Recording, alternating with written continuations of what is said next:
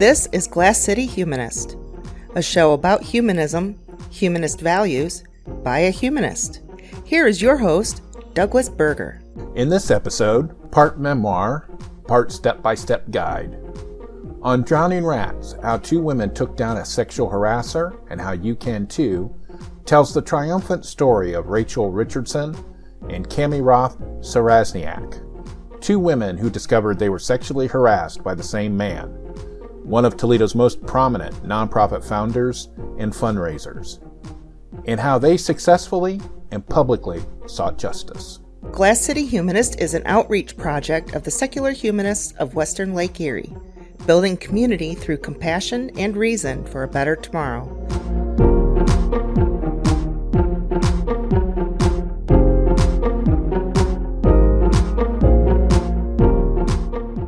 All right, my guests today are Cami Roth Szirotnyak and Rachel Richardson. They are co-authors of a book called On Drowning Rats, How Two Women Took Down a Sexual Harasser and How You Can Too. It's part memoir and part step-by-step guide, and about how they exposed a harasser that worked for a major nonprofit here in Toledo. Thank you for joining us today. Thank you. Thanks for having us. Can you tell us a little bit about yourselves? Rachel, you start. Okay. I'm a lifelong Toledoan, community advocate, performer. I'm a singer and writer. And my education and professional background is focused on nonprofits locally and public art. And I think I already said advocacy, but those are my avenues: advocacy, art, public art, and performance and social justice. And I'm Cami. Last name is Roth Szirotnyak, but again, calling me Cami is just fine. I too am a lifelong Toledoan, and my background is English and public policy and administration, and quality improvement. I have a life coaching business. I'm becoming a master gardener. I'm an intersectional feminist. I write. I do a lot of things. But what has always been very important to me is basically using my voice to make things right. And that's really how Rachel and I came together in this project, was using our voices and having some shared interests, such as writing and advocacy and feminism, and also shared harassment by the same person. And is that how you two got together initially, was because you found out that you were both harassed by the same person? Yeah. Go ahead, Rachel. You tell your side, I'll tell mine. Okay. Cami and I met almost exactly 2 years ago, like to the date. When at the time I had an anonymous Facebook page that was supposed to sort of be like one of those, you see them more on Twitter than Facebook, but it's like those hot take accounts that are anonymous and they make quips about politics or whatever the news of the day is. And I sort of was coming out of a personal, very inward facing part of my life. I had just become a mom and a lot of things changed for me then. And I was sort of venturing back out into the public, but still was guarded and wanted to be anonymous about it. So I posted one day something about, I'm here to talk shit. I'm Orange Julius and I'm here to talk shit. My name was Orange Julius. And it set off a barrage of comments, and a woman said something about, who remembered me from long ago, that we had a nice impact on each other, and that whoever, yes, you're here to talk shit, but, I love you, and whoever doesn't love you must be an asshole. Now, I knew this woman from working at a particular nonprofit several years ago, and the same person, this guy, was around us at the same time, and that guy was an asshole. So I was like, oh, she must be talking about this guy. And she wasn't. But I commented back and said, oh, you must be talking about this guy. And she said, ew, why? Ugh, why would you want to even talk about him? And I said, oh, because he's an asshole. And I had him removed from the board of the organization where she and I knew each other from for sexual harassment. And she said, whoa, whoa, whoa, what are you talking about? She had also been harassed by him. And you'll read more of that about that in the book. So fast forward a little minute where I'm starting to feel like, so I had, when I look back at my career, the time I spent with that nonprofit, in my mind, I had sort of painted it as a failure because I didn't meet fundraising goals, or because I couldn't last there, or because it wasn't a pleasant professional memory for me.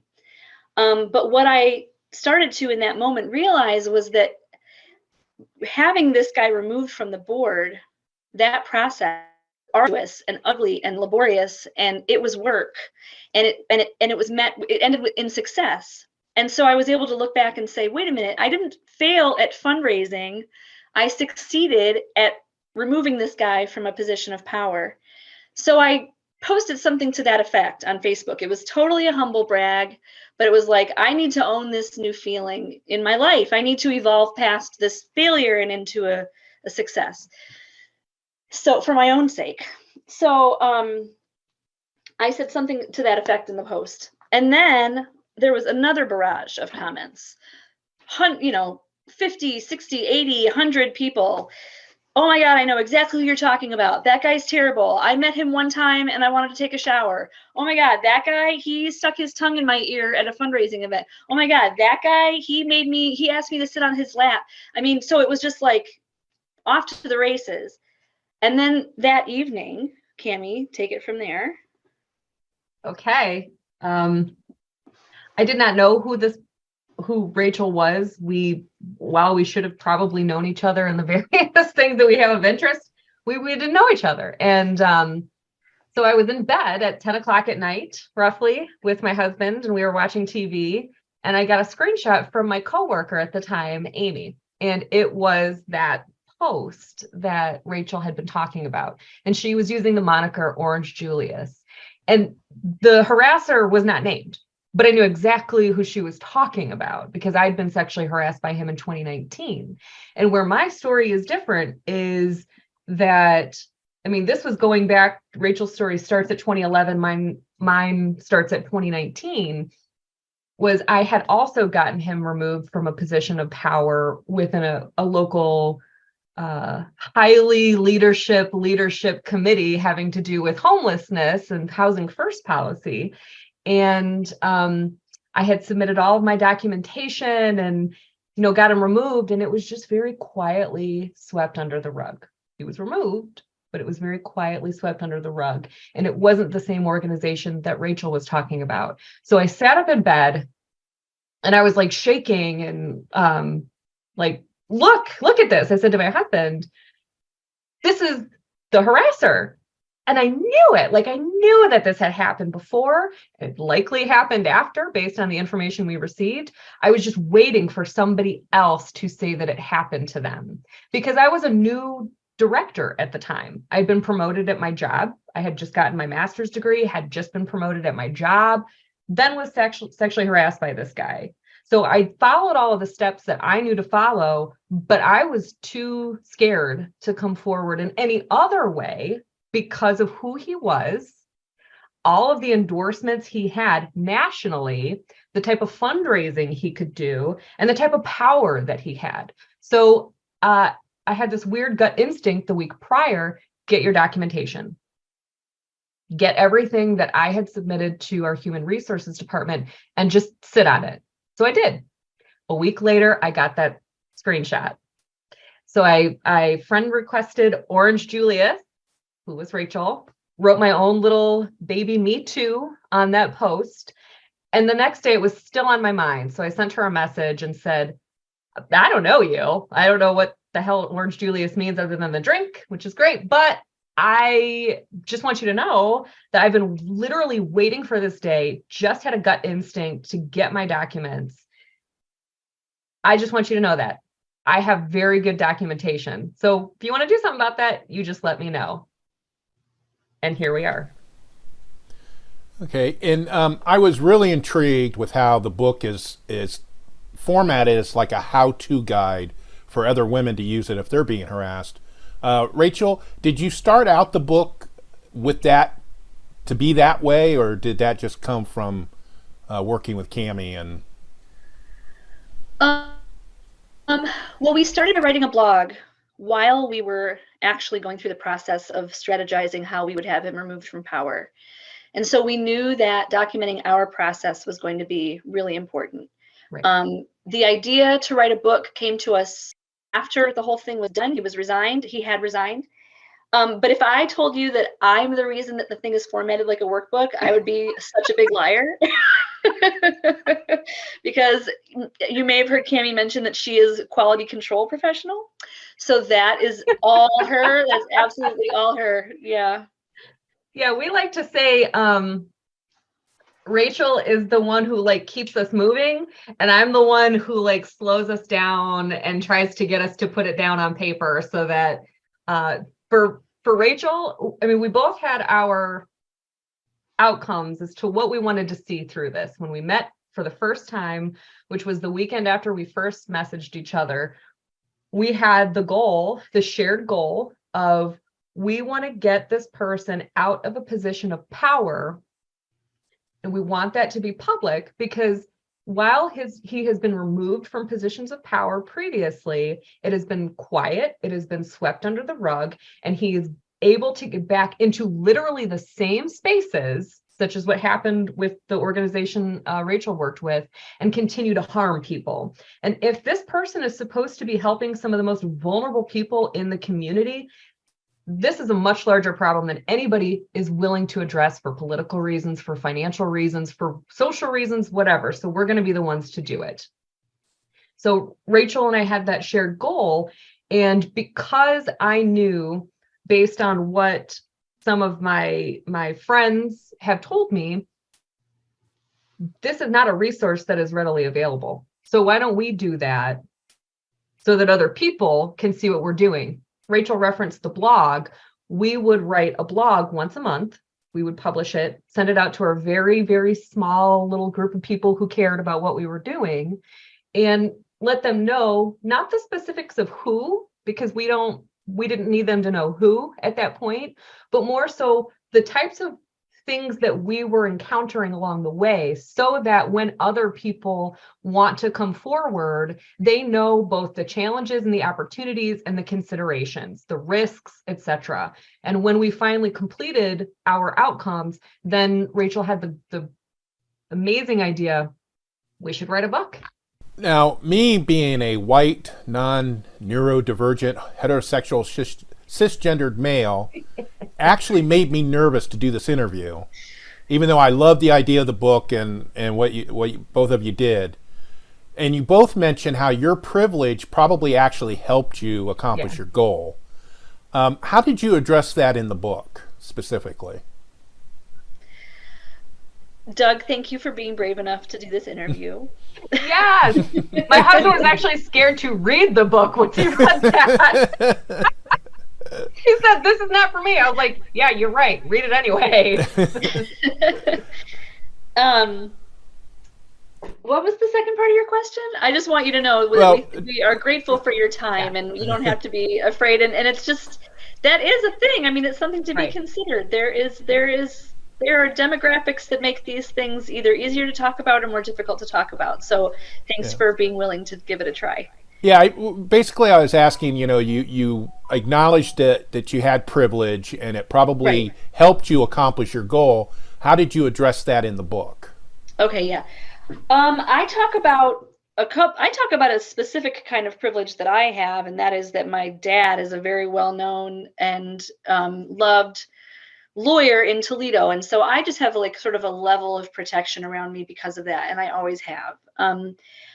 I don't know whether that had anything to do with how our taking down the harasser played out, but we do talk about sort of white women, and Cami will talk about this with more probably academic terminology, but we enjoy a certain level of being believed off the bat, more so than Black women and women of color. Not always, don't get me wrong, and our abuse is minimized, and we went through all of that. And you'll read about it in the book. But we highlight some stories from Black women and women of color who, for a host of reasons, may have decided to not report abuse or harassment that they were experiencing.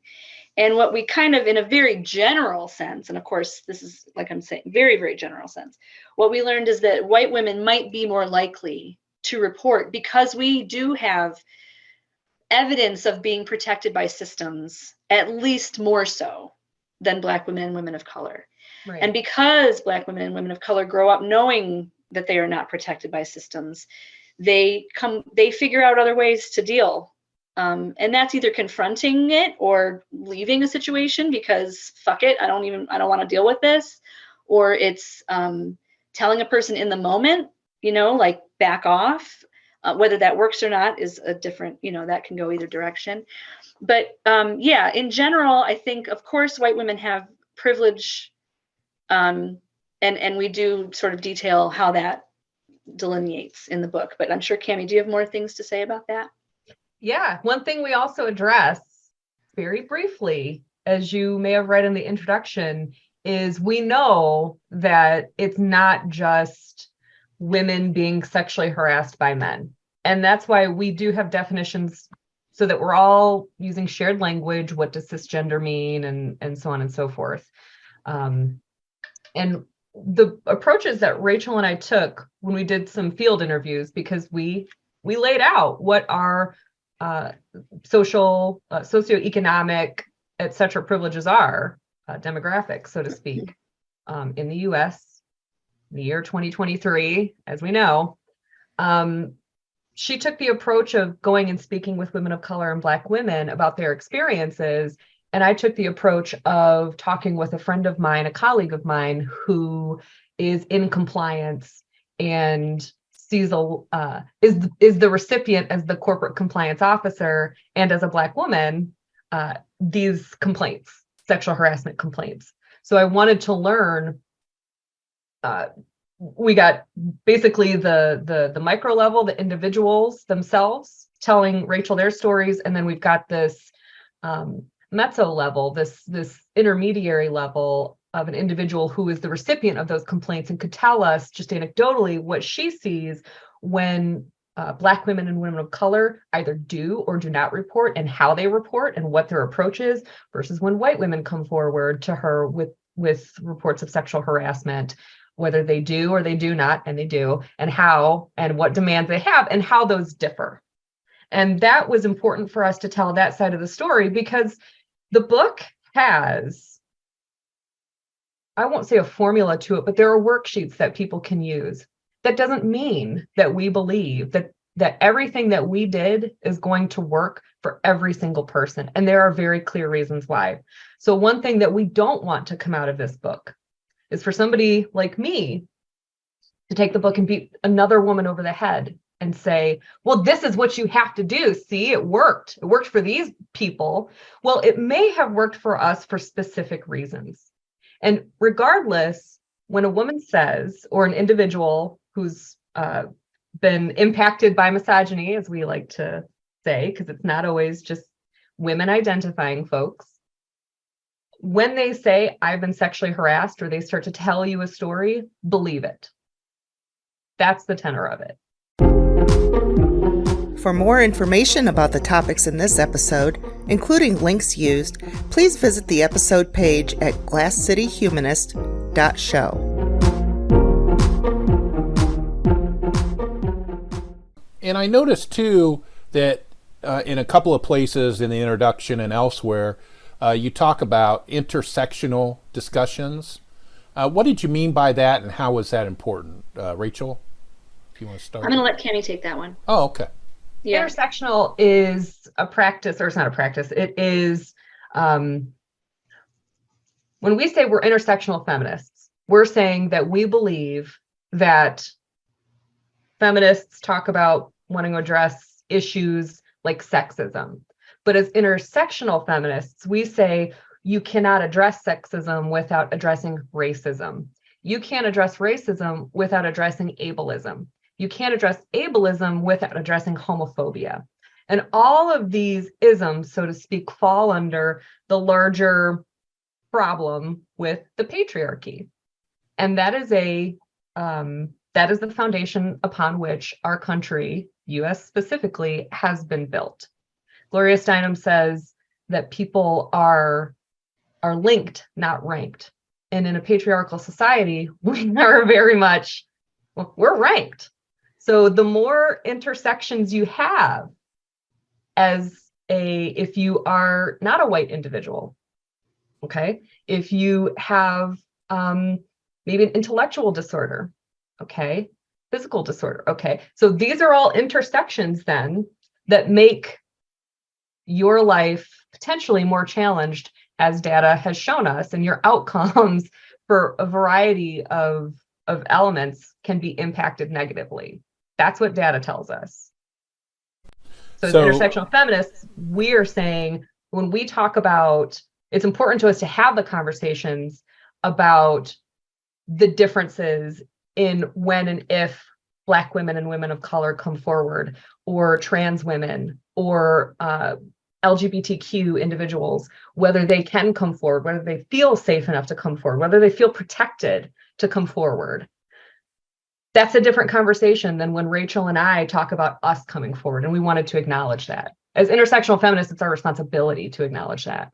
And I also noticed in reading the book that you never once named the harasser, Correct. The nonprofit, or the paper. Was that a conscious effort, or were you just worried about being sued eventually? Legal issues. Yeah, that was definitely that was a basic consideration. The other thing is, though, because this scenario happened so specifically in our nonprofit sector here in Toledo, I personally wanted to sort of show that these are interchangeable. Like these characters in our story, or these organizations in our story, could be superimposed onto another story. There's a lot of organizations have a signature event. A lot of organizations have offshoot programs that need fiscal sponsors or fiscal agents. A lot of organizations have a very high profile person as their main fundraiser, founder, director, executive director, whatever. So that I think our story is applicable to the world of nonprofits. We wanted to illuminate that power structures are such that board members on nonprofits can do and say what they want to staff members, and the power, it's just, the staff member has very, very little recourse for a lot of reasons. And I think that is applicable, as I said, to nonprofits in general. I also, just because I'm kind of I like to throw extra creativity at things when possible.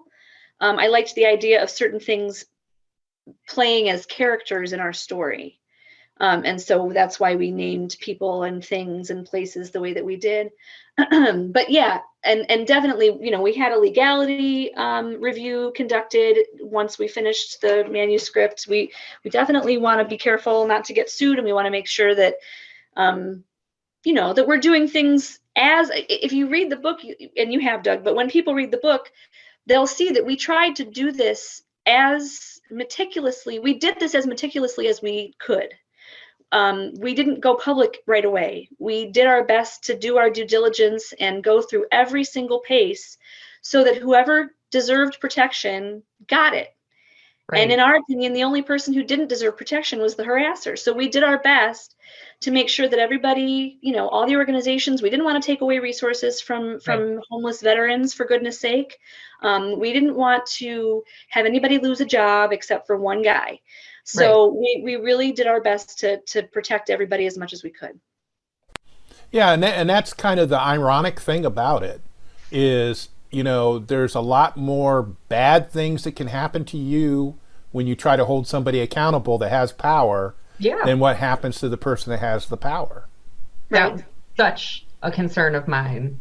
That was such, my neuroses are clear in the book about my fear for that, and basically my naivete about it as well. And I'm not the only one. And that was another reason why we wanted to share not just the how-to, but the memoir elements of it, because we know that that fear is so real. Retaliation, fear of being sued, fear of being outcast in whatever community you're in. Those fears are very real. Yeah, I know in our community, in our free thought atheist community, we've had people that have lost their jobs because they were harassers. And then they come back and they try to sue everybody that accused them.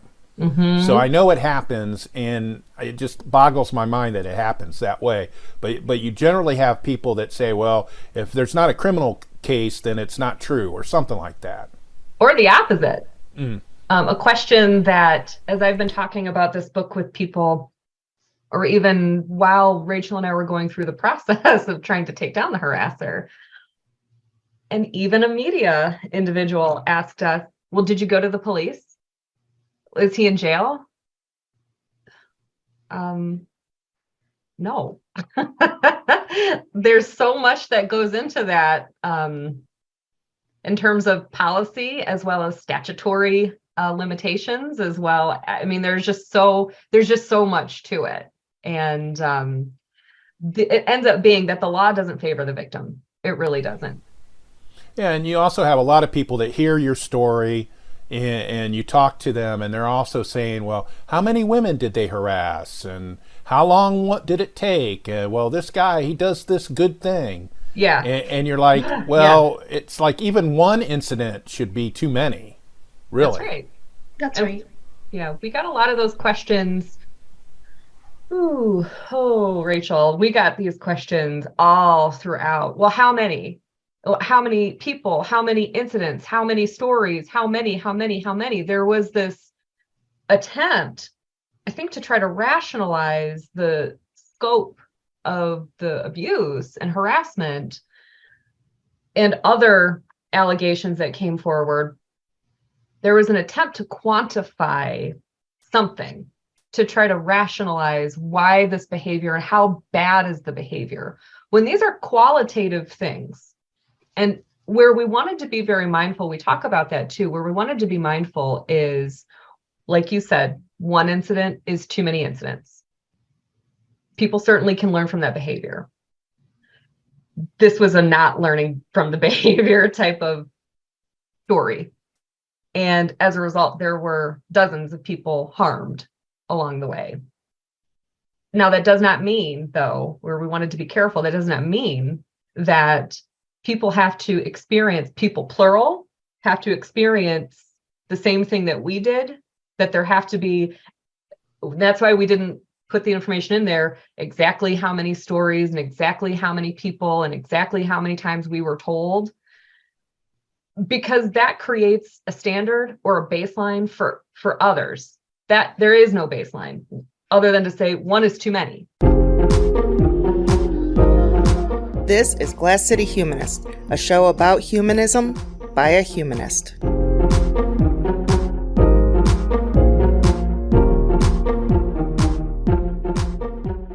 And I know what usually happens in these cases when it's somebody that has some major influence is they'll go into exile for a little bit and then they'll come back. I know, Rachel, you had that happen where once you left the organization, that person came back. And you talk about whether or not somebody could be redeemed, and you say you really don't care. I'm that way too. I think that once you're gone, you're gone. There's no coming back from that, especially when you're being given chance after chance after chance, and you still do it. Do you still feel that same way, or is there a way that somebody can be redeemed? I definitely still feel that way about this person. Right. The subject of our book. I think that, one of the reasons I wasn't afraid that he was going to sue us is because if he sued us, so much more would be uncovered in litigation. He was terrified of anybody knowing anything else than what they know right now. So this guy is really, he's a problematic individual. So I don't see him redeeming himself to me in any way, shape, or form. As far as redemption in general, I don't know. I don't know how to answer that question. Honestly, Right. it's not that I want to pass on it necessarily, but I don't know. I don't know. I can't watch Kevin Spacey movies anymore. I don't want to Right. watch Jeffrey Tubin on CNN. I don't want to, you know what I mean? I want to watch The Cosby Show, but I cannot watch The Cosby Show. I can't listen to Michael Jackson anymore, and Human Right. Nature is my all-time favorite song. Like, Oh, it's there's mine too. something I in my didn't know that. song you didn't. What? We didn't talk about that. Oh my God. What's a sidebar about that? God. So that, that hurts my soul. But Yeah. but the fact that I hear one note of a Michael Jackson song Yeah. and I feel it in my Yeah. gut tells me that I have no choice in the matter. My soul has Right. made the decision for me. So that's all I got on that one. I don't know. It's a hard. We were actually asked by our book manager to to talk about redemption. So we gave it exactly 2 paragraphs. It's exactly what Rachel said. And our belief, or my belief, is if another victim wants to consider that individual redeemed for them, that's their choice. It's my choice to say, I don't care if you are or you aren't, because to me, the damage is done. Now, there are other individuals in my life who have not sexually harassed me, but have admitted that they have sexually harassed others in the past. I wrestle with that. That is a difficult conversation.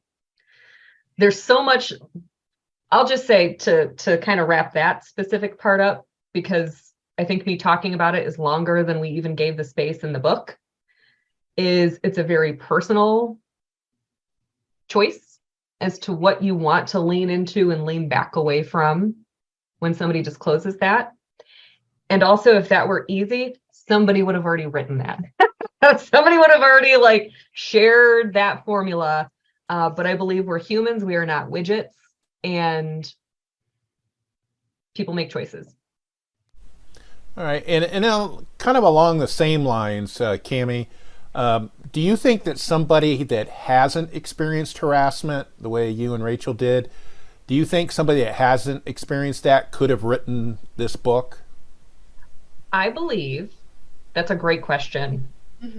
I believe that the conversation about sexual harassment is intentionally misleading and vague because it's prevalent, because it happens so frequently in the workplace. And if you take down one, you're going to take down many.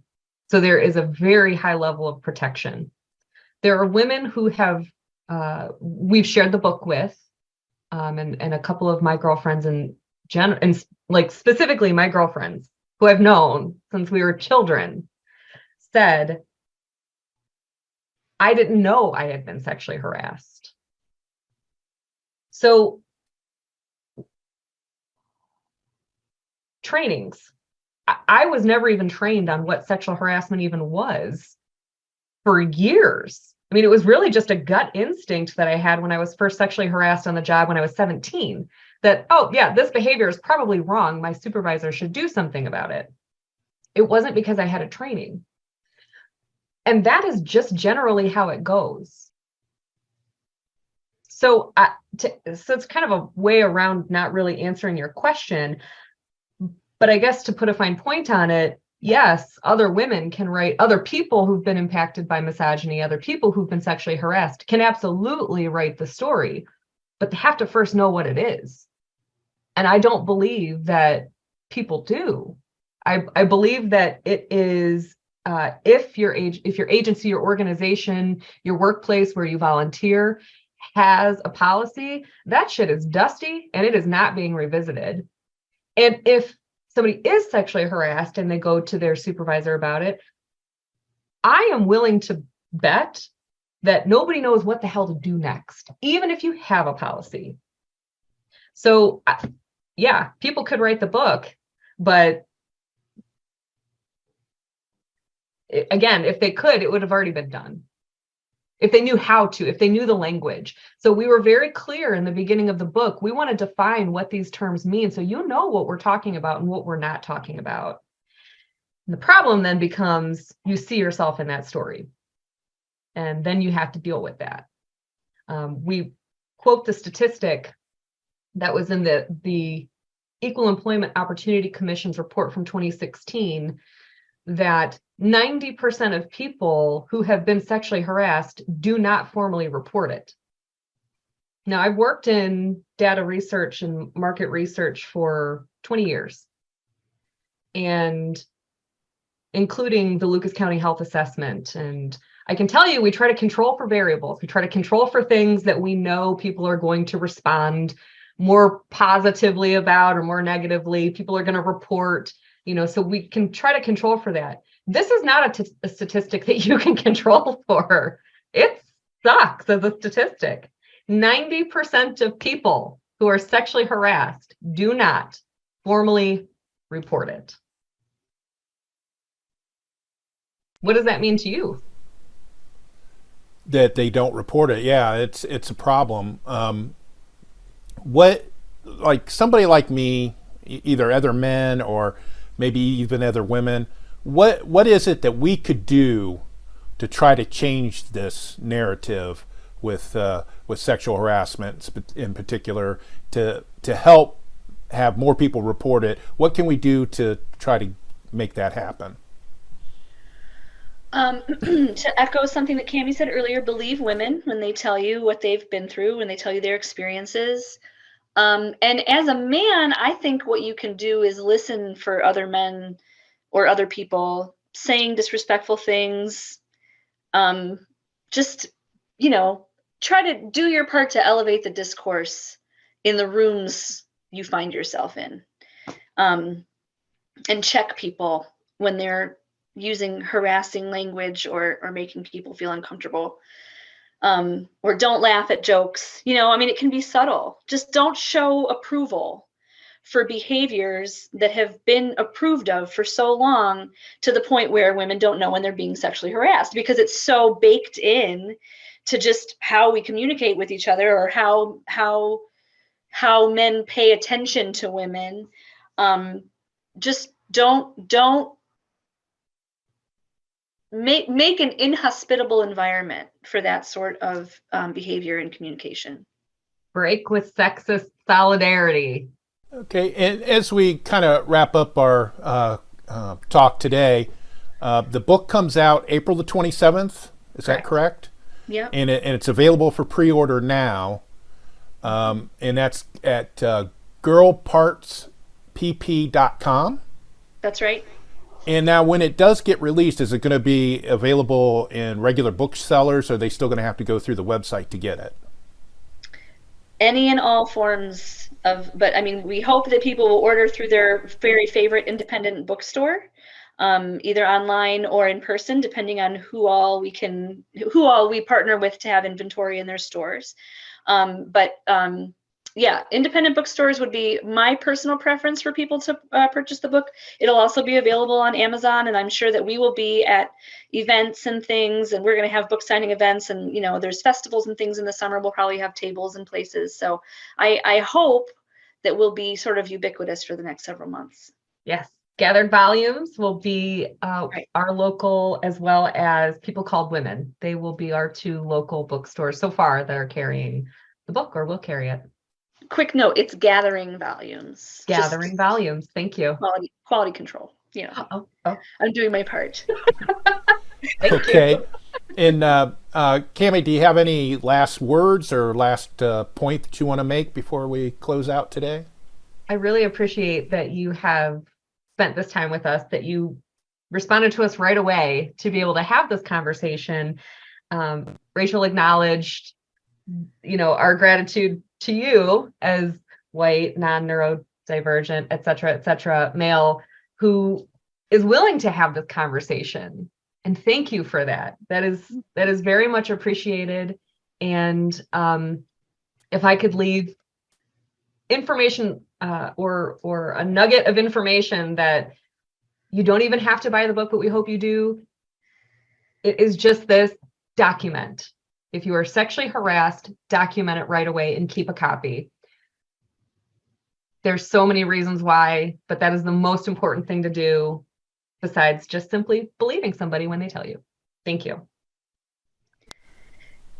Yeah, go ahead, And, Rachel. Do you have Yeah, something? Doug, you're our very first interview on this media blitz that we're about to do this week. So thank you very much for being so friendly and warm and kind. It's a great way to start off this next chapter in our book, so to speak.